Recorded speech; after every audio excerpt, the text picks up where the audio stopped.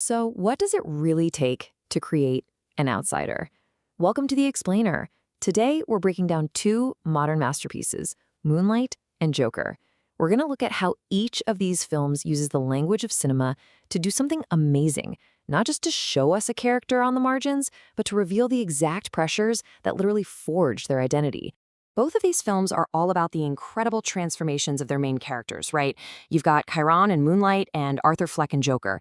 These are two guys who exist on the absolute fringes of their worlds, and we get to watch as the pressure just molds them into something, well, something completely new. So how do these films make us connect so deeply with these characters? Well, a huge part of the answer lies in the director's most powerful tool, the camera. Let's get into how the camera's gaze actually positions us, the audience, inside their worlds.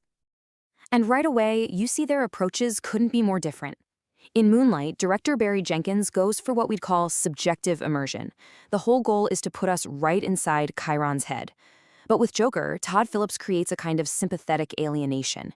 We feel for Arthur, for sure, but the camera often keeps us at a distance, making us watch just how alone he really is. Okay, think about that scene where young Chiron is being chased. Jenkins uses this really shaky handheld camera. It's so visceral. You feel like you're not just watching him run, you're running with him. We feel his panic, his fear, because the camera puts us directly inside his terrifying, subjective experience.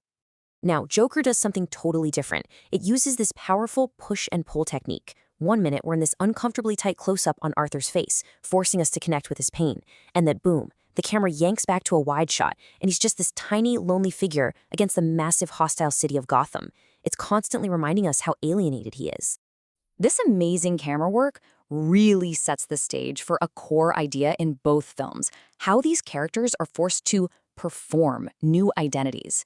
They basically have to build this kind of emotional armor just to survive. And to really get our heads around this, we can turn to Judith Butler's theory of gender performativity. The big idea here is that gender isn't just something you are, it's something you do. It's a performance, you know? A repetition of acts and behaviors that society tells you are expected. And you can see this theory play out so clearly in these transformations. Chiron becomes the hardened drug dealer Black, while Arthur, of course, becomes the Joker. They are both performing a version of masculinity that their world demands of them. And it's not just for acceptance, it is literally for survival. Okay, so here's the crucial point. These performances aren't just in their heads, they are physical. They even come with props. For Chiron, it's the muscles, the gold grills. He's mimicking his mentor, Juan. For Arthur, that gun he gets is a massive symbol of masculine power. And his final Joker costume, it's much more confident, right? It signals his new, terrifying self-assurance. But these performances don't just happen in a vacuum. They are a direct response to the worlds these characters are trapped in.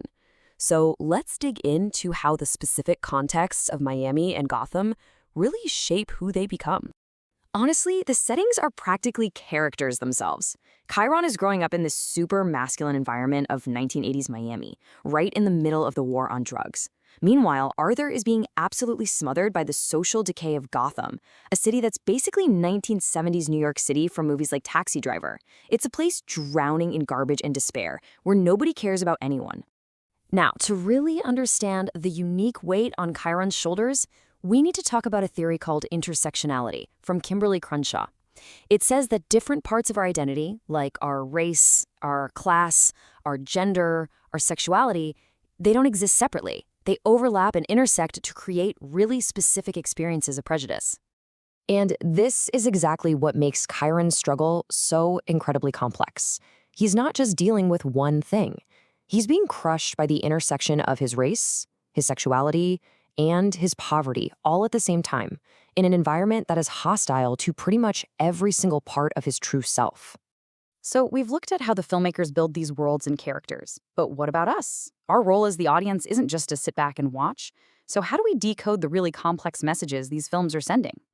This leads us right to Stuart Hall's encoding/decoding model. The basic idea is that filmmakers encode a movie with the messages they want to send, but we, the audience, don't just passively receive them.